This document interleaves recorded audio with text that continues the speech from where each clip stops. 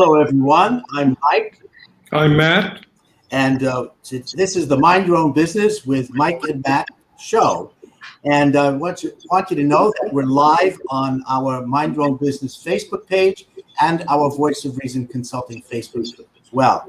So our plan every time we do this podcast is to interview business owners and entrepreneurs and ask them a few questions that we hope will be helpful for you, our viewers and listeners, who want to be inspired and want to learn how you can be better business owners and entrepreneurs yourselves. Our goal is to leave you with at least one good business nugget each time.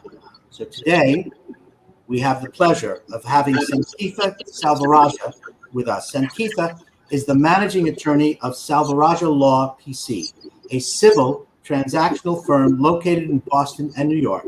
Her clients are within the cannabis, technology, real estate, food service, e-commerce, and retail manufacturers sectors. We've invited her here today because she is also the CEO of STARTUP DOX, a unique platform designed to assist founders with cost-effective legal options for corporate formation and document generation, and specifically with attorney review. So if you know Sankeetha, you will know she's passionate about creating business by making law accessible to business owners and educating them to enable themselves to drive measurable results. So welcome, Sankeetha. It's great to have you with us. Thanks for having me. Thank you. And since this is the Mike and Matt show, you know we're going to be tag teaming you with our questions. So Matt, how about asking the first question? Sure. Hi, Sankeetha. Welcome. So tell us a little bit about your business and what makes it unique. So we're an outside general counsel business transactional firm. So we provide outside general counsel to other small businesses and startups along the way. So from incorporation all the way to exit, merger, acquisition, sale. Well, And how does that, why do clients come to you for that? So generally, a client doesn't probably know that they're a client until they decide that they want to have a business or start a business, or they already are a business owner and they need legal assistance. Sometimes they know that they need legal assistance and sometimes they don't. So a big proportion of our services are really kind of educational as well. Actually, Matt, I thought you were going to ask, and I'll ask it then. Let's go back to Startup Docs, Sankeetha. What makes that unique? So Startup Docs is an offshoot off of the law firm. And what that is done with you, attorney review, documents and formation. We wanted to make accessibility to legal services more widespread. We could have more people access legal faster, because we're finding that when I was teaching in the community, we were finding that people were overwhelmed. They were confused about what type of business documents they needed, whether they needed a lawyer, how they could access a lawyer, where they would find one. So we wanted to make it as easy as going online and looking for this and having and creating a document. That's why it's not done for you, it's done with you. So, and would you say that that is different between other types of businesses that are similar? What would that be? So, I mean, we're still a law firm. So attorney drafted, attorney reviewed documents. That is the difference between other legal filing services. Just because we start with the law firm, this is just a more cost-effective, more accessible service. And so we allow people to go on there and create their documents for them, as long as and also comes with a teaching component as well. I think this makes it unique in the sense that I don't know many other law firms doing this, which I hope they would. And I don't know many other legal filings do this. What happened was our law firm was cleaning up a lot of the documents and the filings that these legal filing companies were doing. So we just went out to create a more conducive approach to this. So, Sankeetha, why did you start the business? So I started the law firm about 12 years ago. So we've always been doing startup and small business law as transactional attorneys. However, the idea for Startup Docs came about 5 years ago. And then we got into just creating the tech behind it. And then this past year, we just launched it as well. So the idea was really a response to the community and when I was teaching and when I was talking to clients as well, as to find out what would make it easier for them to get a lawyer on board faster.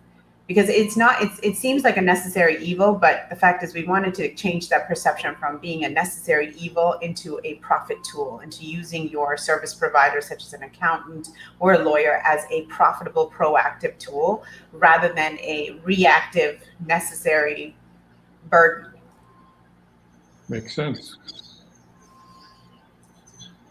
So a question I have is then, did you see the need in the market? Is that what propelled you to do this? Or was it something you just wanted or needed to do?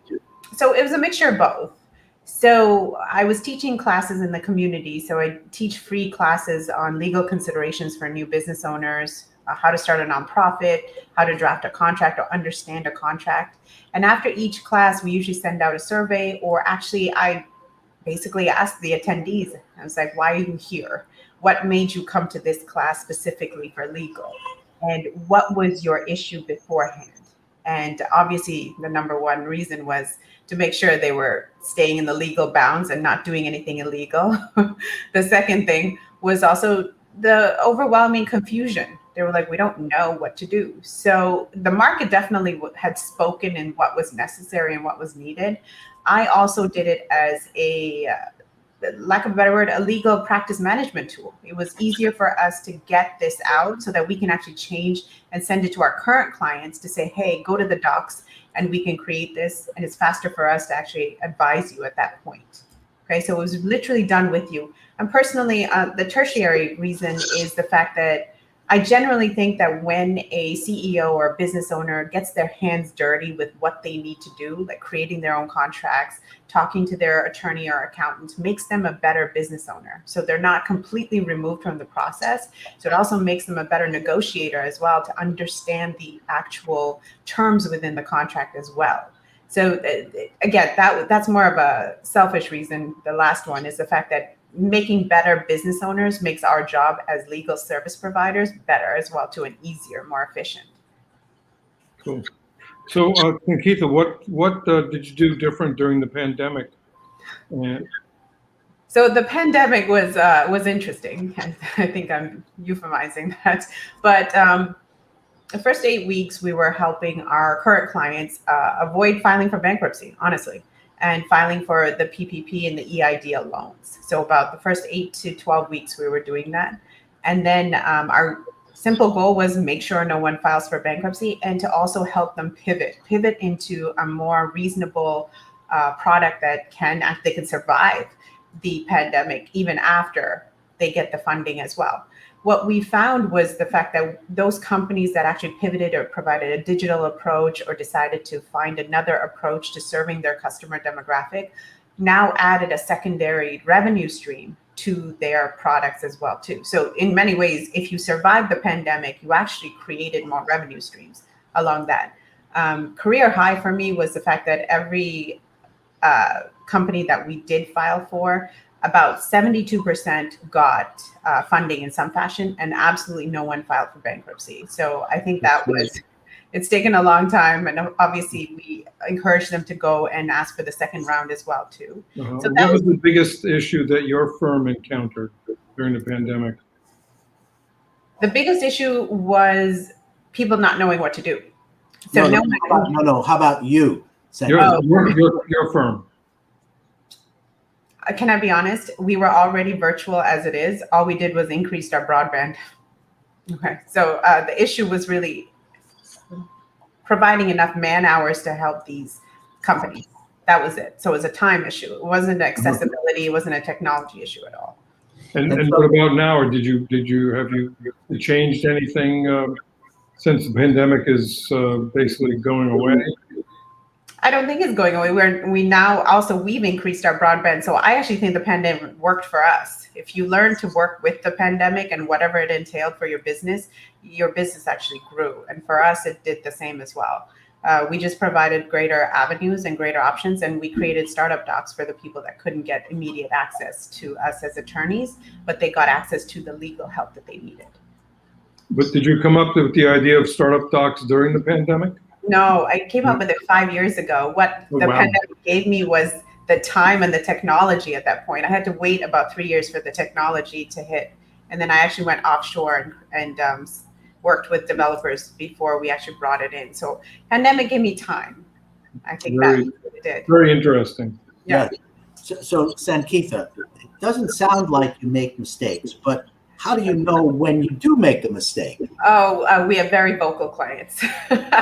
And the market itself will teach you where your mistakes are. So for me, I've learned to start measuring my mistakes. So if we're not hitting the goals that we had envisioned, that for me shows me that there was some mistake in the flow, or there was inefficiency in the flow that we had to go back to and fix. So if it's not executing as quickly, if people aren't responding as quickly or as what we had envisioned, or it just wasn't delivering, just simple deliverability was not there, that for me was a mistake, even before we had the vocal feedback from actual clients or customers.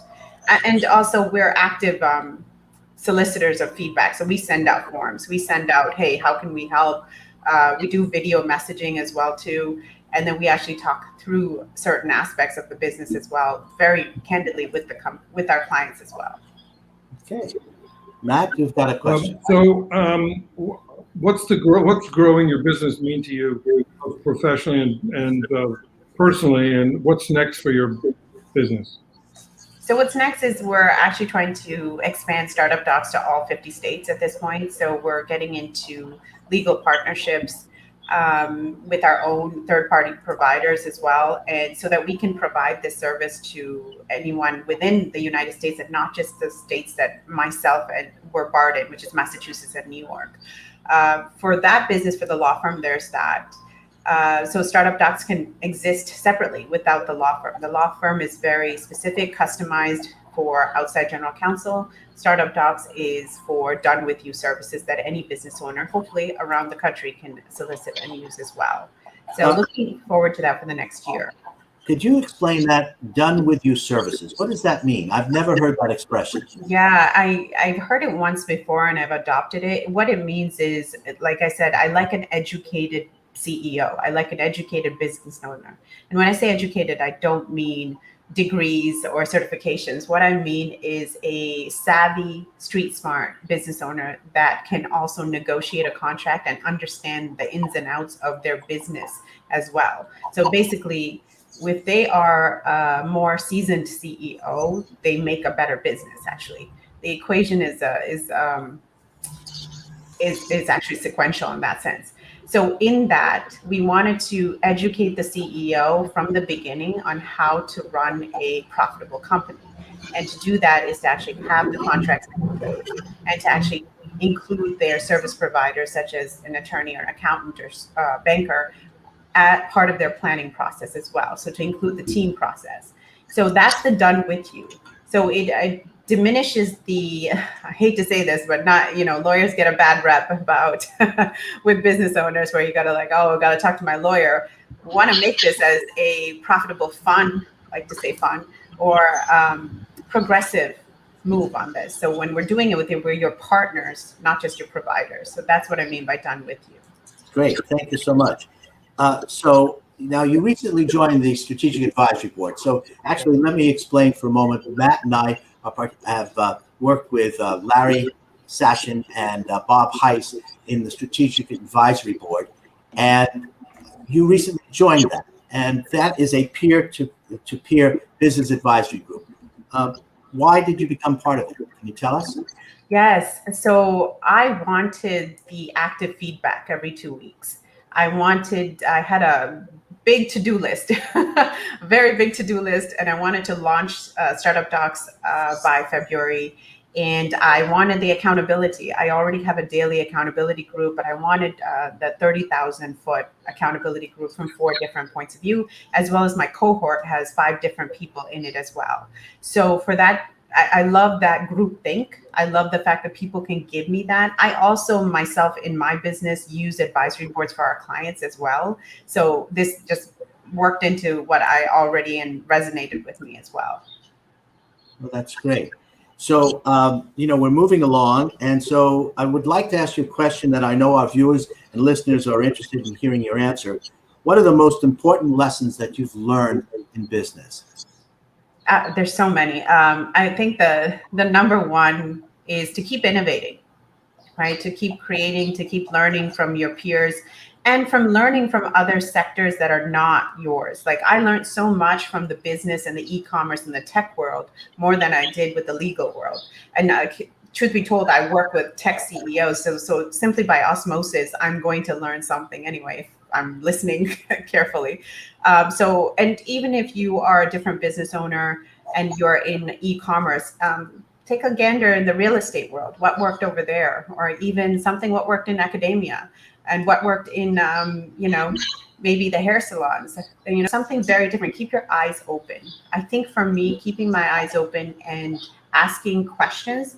Now, these questions may seem primary from someone like me, but when I got to asking better questions, I got better answers. So finding the right person to ask the questions from and keeping your eyes open and not so focused within your sector actually gave me more ideas to innovate and actually grow my company in innovative ways. Wow, that is absolutely fantastic. I mean, that is great. So I'm going to summarize that for our audience, that basically what you said was the number one lesson that you've learned was keep innovating, keep creating, and keep learning from other sectors. Listen carefully, keep your eyes open, and ask better questions of the right people so that you get the answers that you're looking for.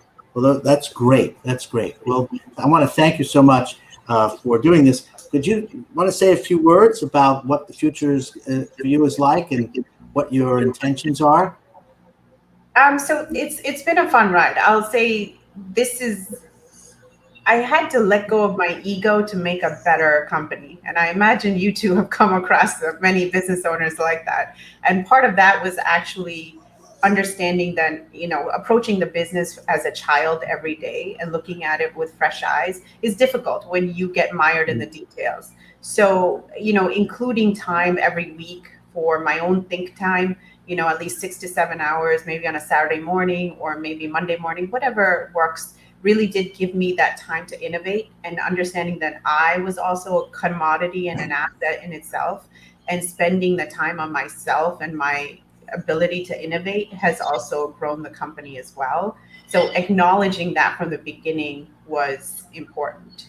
Those So are fantastic lessons. I think, Matt, we could certainly talk about what it's like giving up our egos. Yeah. You have a story to tell us on that one, Matt? Well, I think, it was interesting because Michael and I often have very different ideas. And it took me quite a while to figure out, usually there's no one right answer in business. There's several ways you could actually approach a problem. And it took me a long time to realize that. Yeah, that's true. Yeah, but we've been business partners for 25 years. So at this point, when we disagree, we just end the conversation by laughing at one another. So it's, but we've been around. And actually, I do want to just say, I've never heard someone say approaching the business as a child. That's marvelous. That is very good. So I guess we're coming to a close of the broadcast. So I wanted to say that you can subscribe to our Mind Your Own Business with Mike and Matt podcast on our YouTube channel and also on our Facebook page. We have two Facebook pages, which is Mind Your Own Business with Mike and Matt, as well as Voice of Reason Consulting. Now, by the way, if you're interested in the Strategic Advisory Board, please drop us a line at Matt and Mike at voiceofreasonconsulting.com. And Matt? And you can find Sankeetha at Selvarajah, that's SELVALAW.com, and her startup business at the Startup Docs, that's DOX.com. So I'm Mike. I'm Matt. And together we are the Voices of Reason. This has been another Mind Your Own Business podcast with Mike and Matt. And everyone stay positive, test negative, and thank you all for watching. See you again soon. Bye-bye, everybody.